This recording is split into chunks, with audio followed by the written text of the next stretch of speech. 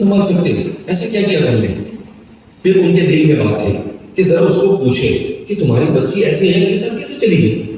ان کو پوچھا تو اس نے کیا کہا وہ صاحب نے کہ اصل میں نے اپنی بچی کو ہائر ایجوکیشن اور اعلیٰ تعلیم کے لیے ادارے میں ڈالا اور وہاں پر جا کر ماحول اچھا نہ ملنے کی وجہ سے وہ چلی گئی۔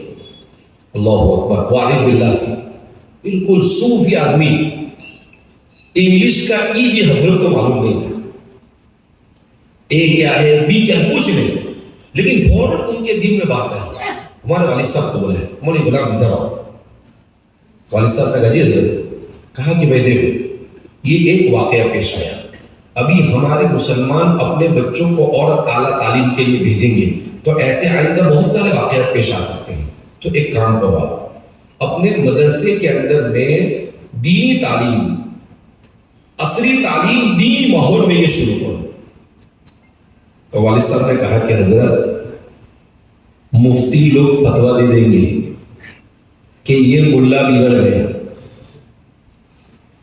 یہ مولانا کیا ہو گیا، بگڑ گیا، یہ ہاتھ سے گیا۔ تو حضرت قاری صدیق صاحب بانوی رحمۃ اللہ علیہ نے عجیب بات ارشاد فرمائی۔ حضرت نے کہا دیکھو میری نظریں فتنے ارتداد کو دیکھ رہی ہیں، اگر ہم علماء نے اپنے مدارس کے ماحول میں اپنی نگرانی میں ان کالجوں کو نہیں شروع کیا تو ہمارے معاشرے کے سر پر ارتداد کا فتنہ منڈلا رہا ہے، ہمیں اللہ کے سامنے جواب دینا ہے۔ اگر ہم نے یہ کام کیا تو کل قیامت کے دن ہم اللہ کو کہیں گے کہ اللہ ہم نے تو ہمارے یہاں ادارے کھول کر لوگوں کو دین بچانے کی فکر کی تھی، اللہ تو ہم چھوٹ جائیں گے۔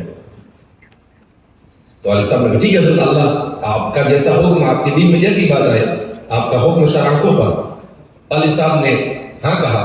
وہ اتنی فکر حضرت کو ایسا، اس واقعے میں حضرت کی طبیعت پر ایسا اثر کیا، اس زمانے میں عبد الرحمن انتولے مہاراشٹر کے سی ایم تھے، ان کے پاس لے گئے عبد الرحمن انتولے مرحوم کے پاس اور کہا کہ بھئی یہ مولانا غلام میرے بیٹے جیسے ہیں، میں ان کو کہہ رہا ہوں کہ بھئی آپ کے یہاں پر عصری تعلیم شروع کرو، لیکن ہم مولوی لوگ، ہم کو کچھ سمجھتا نہیں ہے، آپ ہی بتاؤ کیا کرنا۔ اب وہ حضرت کے مرید تھے، وہ بڑے ہوشیار ذہین آدمی تھے، انہوں نے کہا کہ بھئی آپ لوگ پہلا تجربہ کر رہے ہیں، اس لیے پہلے چھوٹا سا کام کرو، ITI شروع کرو، اس میں 1 سال 2 سال کے اندر میں بچہ پڑھ کر نکل جاتا ہے تو آپ کو بھی اندازہ ہو جائے گا کہ آپ جس مقصد سے قائم کرنا چاہ رہے ہو اس مقصد میں کامیاب ہو، آپ اس کو ہینڈل کر سکتے ہو یا نہیں۔ عبد الرحمن انتولے صاحب نے کہا یہ ہمارے ماسٹر اور عصری تعلیم پڑھے لکھے بہت بھاری ہوتے ہیں، مولانا لوگ پتہ نہیں اس کو ہینڈل کر سکتے ہیں یا نہیں کر سکتے۔ بہرحال تو پھر ITI کا نظام شروع ہوا۔ اب 6-8 مہینے کے بعد حضرت قاری صدیق صاحب بانوی رحمۃ اللہ علیہ ہمارے یہاں عصر کی نماز سے پہلے تشریف لائے، ہم لوگ اس کو پڑھتے تھے۔ تو حضرت آئے اور آ کر حضرت نے عصر کی نماز پڑھی اور نماز کے بعد والد صاحب سے پوچھا کہ بھئی وہ جو ITI کے بچے ہیں وہ کہاں ہیں؟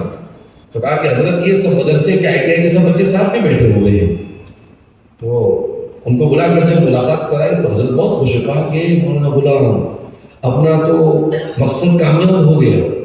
اتنا خوش ہوئے کہ حضرت ایسا لگتا تھا جیسے زندگی میں ہم کو حضرت کو سب زیادہ خوشی ہوئی ہو۔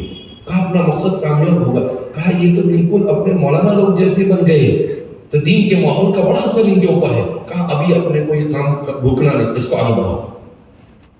پھر عبد الرحمن انتولے کے پاس گئے اور کہا کہ عبد الرحمن انتولے صاحب ہمارا مولوی سب کر لے گا، یہ ماسٹر کو بھی ہینڈل کرے گا اور پروفیسر کو بھی ہینڈل کرے گا، ہم نے تجربہ کر لیا، آگے بڑھاؤ کیا کرنا ہے۔ وہ بڑے ہوشیار آدمی تھے، انہوں نے کہا کہ اب BOMS کالج شروع کرو تم، کیونکہ BOMS میں اردو ضروری ہے تو آپ کو سارے مسلمان بچے ملیں گے تو ڈاکٹر بھی بن جائیں گے اور مسلمان بچے ہوں گے پورے، تو آپ کو کوئی مسئلہ نہیں ہوگا۔ تو پھر BOMS کالج شروع ہوا۔ اب مولوی عام اشرف کے چپ نہ شرط،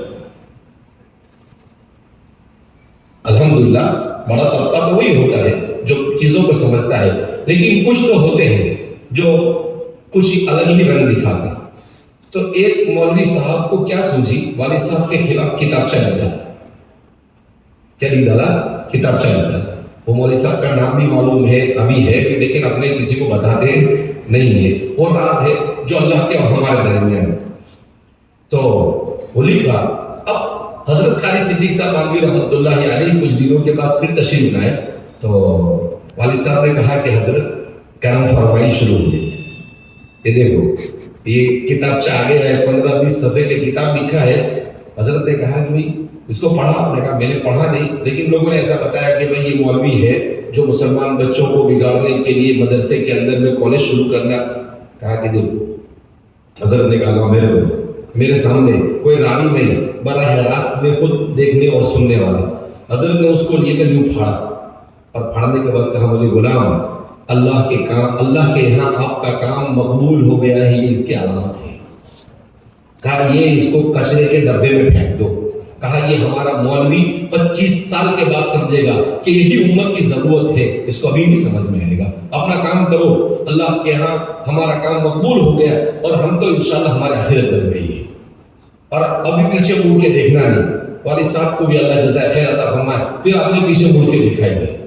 پھر اللہ رب العزت نے جو آپ سے کام لیا, عصری ماحول میں دینی تعلیم کا جو جنون آپ پر سوار ہوا, مگر کمال تھا اللہ رب العزت نے آپ سے جو کام لیا, سب سے بڑا کارنامہ جو میں سمجھتا ہوں حضرت والد صاحب نور اللہ مرقدہ کا تھا, وہ تھا بیلنس. دین اور دنیا دونوں کی تعلیم کو بیلنس کے ساتھ لے کر چلے. آپ نے دونوں کو جمع نہیں کیا. والد صاحب خود کہتے تھے کہ بھائی لوگ کیا سمجھتے ہیں کہ ہم مولوی کو ڈاکٹر نہیں بناتے, انجینئر ہی بنتا ہے. نہیں, ہمارے یہاں دینی تعلیم کا نظام الگ ہے اور دنیاوی تعلیم کا نظام الگ ہے. ہم دینی تعلیم حاصل کرنے والے کو ضرورت کے بقدر دنیاوی تعلیم سکھاتے ہیں, اور دنیاوی تعلیم حاصل کرنے والے کو اچھا ماحول دے کر دیندار بناتے ہیں. یہ ہمارا مقصد ہے. تو مجھے یاد آیا کہ سر سید نے جب اپنا کالج شروع کیا, اس وقت انہوں نے کہا تھا میں نے دین اور دنیا کو جمع کرنے کی کوشش کی, مگر کمبخت دنیا غالب آ گئی. مگر والد صاحب نے کمبخت دنیا کو غالب نہیں آنے دیا, آپ نے دین کو غالب رکھا. ہر چیز کو دین کے تابع بنایا. یہ ہمارے بزرگوں کی برکتیں تھیں.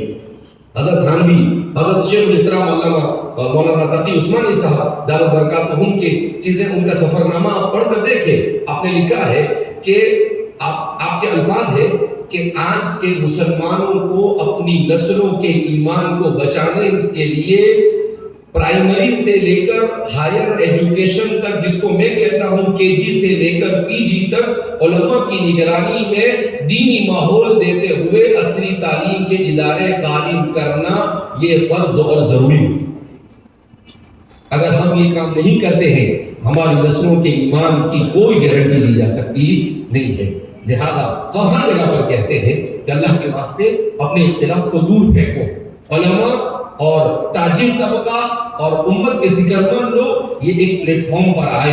اتنا بڑا شہر ہے ماشاءاللہ, اتنے سارے ادارے ہیں, بھی بتائے کوچنگ کا بھی بہت کچھ یہاں پر چلتا ہے, مگر ہمارا کوئی اعلیٰ تعلیم کا کوئی قابل ذکر ادارہ نہیں یہاں پر. افسوس کی بات ہے کہ اتنی بڑی آبادی کے باوجود ہم نے کبھی سوچا ہی نہیں.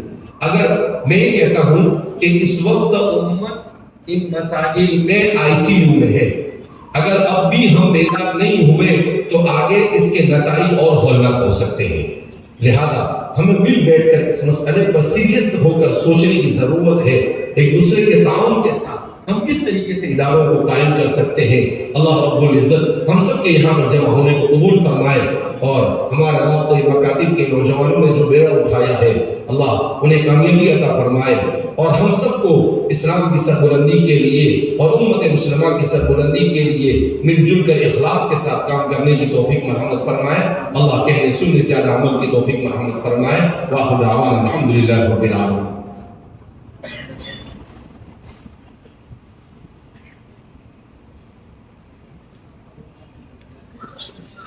مکاتب کا جیسا کہ آپ نے سنا کہ ہم اپنے بچوں کو دنیاوی تعلیم دیں, مگر اس کے ساتھ دین میں مضبوط کر کر بھیجیں, تاکہ وہ الحاد, بے دینی, بد اخلاقی, بد کرداری سے بچے.